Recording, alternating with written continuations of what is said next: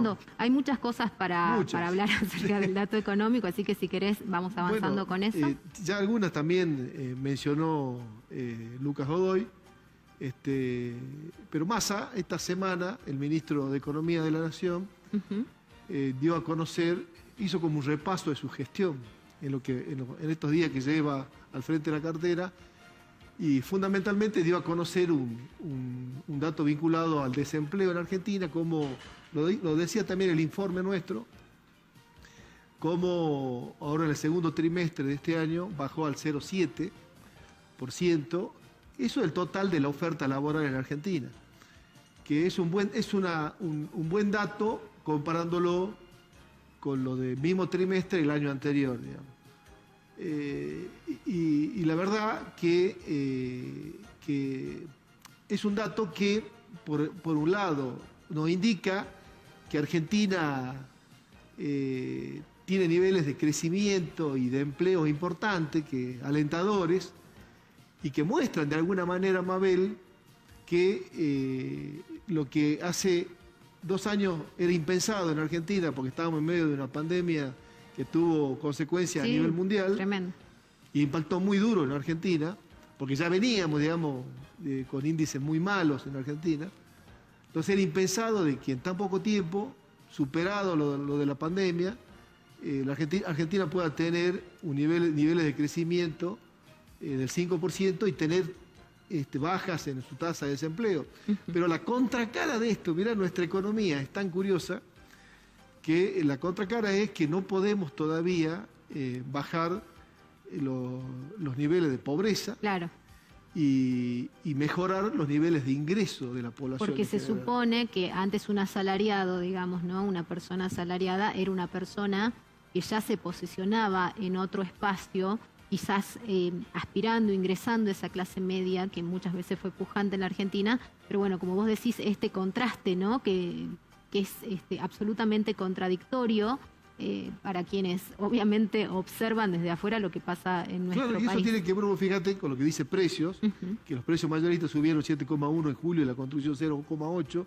Digamos, esto muestra nuestro nivel, nuestros índices de inflación mensual, que tienen un impacto en la tasa interanual, y que lamentablemente, si bien va bajando muy levemente, pero sigue siendo pero muy elevado, al punto tal de que sigue siendo la tasa de inflación más alta en América Latina.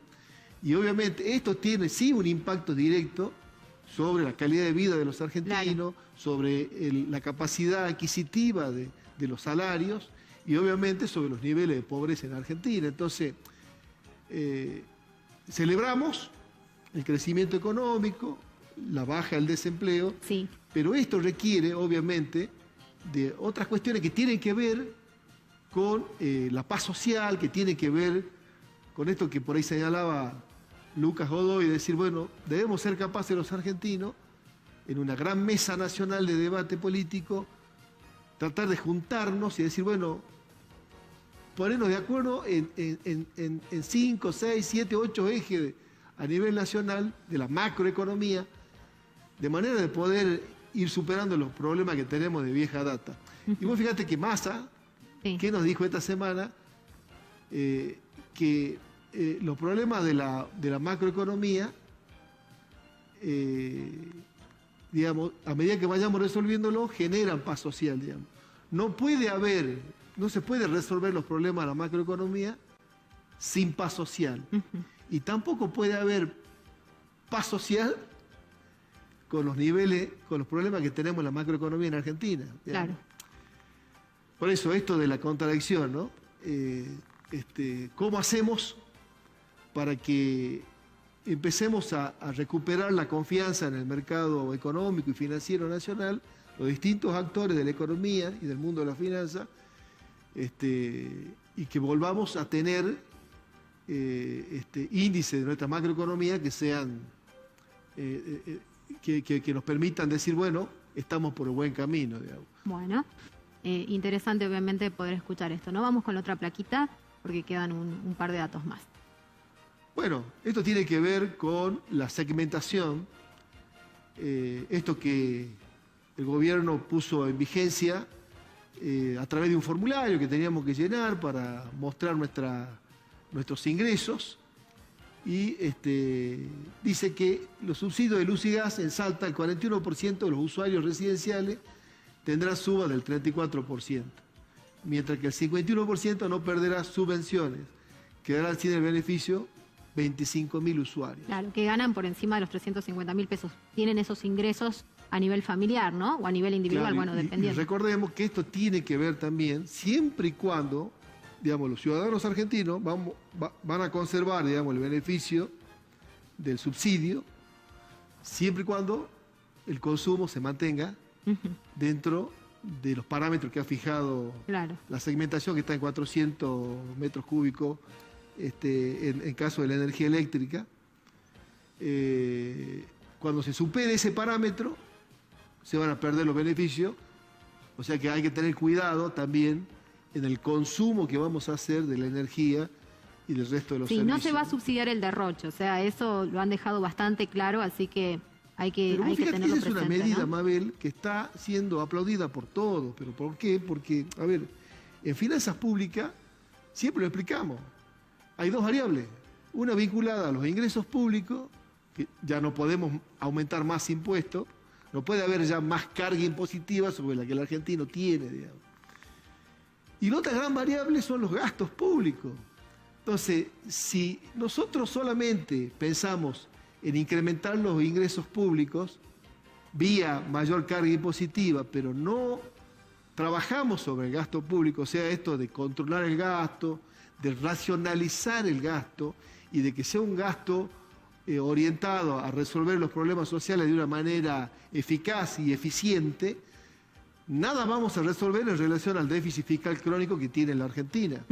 Entonces, me parece muy bueno trabajar en los ingresos, pero también no es menor trabajar en un plan integral de contención del gasto. Por eso hay muchas medidas que ha anunciado Massa que van en este sentido. Por ejemplo, lo que vos señalabas con mucha claridad la semana pasada en relación a esta política de contención del gasto público en materia salarial, al congelarse nuevos ingresos a la planta permanente de la Administración Pública Nacional y organismos descentralizados, por ejemplo. Y el otro tema, Plan Milote. Sí, sí. El gobierno nacional, digamos, el ministro de Economía se ha reunido con el gobernador Sáenz para utilizar una herramienta financiera que es el fondo fiduciario, de manera de que se pueda avanzar en un programa integral en Salta en materia de regularización dominial, de manera que las familias salteñas puedan acceder a un lote, pero a su vez aquellas que han accedido en el pasado a un lote fiscal, que se pueda avanzar en un programa de regularización dominial. Y esto hacerlo a través de estas herramientas financieras que permite justamente la Nación hacer uso a la provincia. Así que eso también es una muy buena noticia porque va a beneficiar a muchísimas familias salteñas y en Argentina. Por supuesto. En ese plan de regularización dominial, ¿no? Bueno, y además el tema del acceso a un terreno y la posibilidad de tener una vivienda es una promesa, ¿no?, que no solamente se hizo en campaña, sino que además, por lo cual se generó, ¿no?, una suerte de inscripción de muchísimas personas que un 1 de agosto del 2020 justamente lograron inscribirse en esta plataforma y bueno, tener esa esperanza, ¿no? Así que esto resuelve un problema de viejísima data, que lo seguimos teniendo en Argentina, que es el déficit habitacional. Digamos, esto significa devolverle una esperanza a las familias argentinas, decir, bueno, ya tiene su lote y a partir de allí poder proyectar su vivienda, digamos, que es un lugar de referencia por excelencia para toda la familia, digamos. Bueno, interesante, obviamente, los datos políticos. Ahí veíamos algunas cosas entonces que son más auspiciosas, ¿no? Generalmente les estamos dando malas noticias. Bueno, hoy hay algunos puntos que por lo menos tienen una luz de esperanza. Nosotros nos vamos a la pausa, quédate ahí, ya volvemos.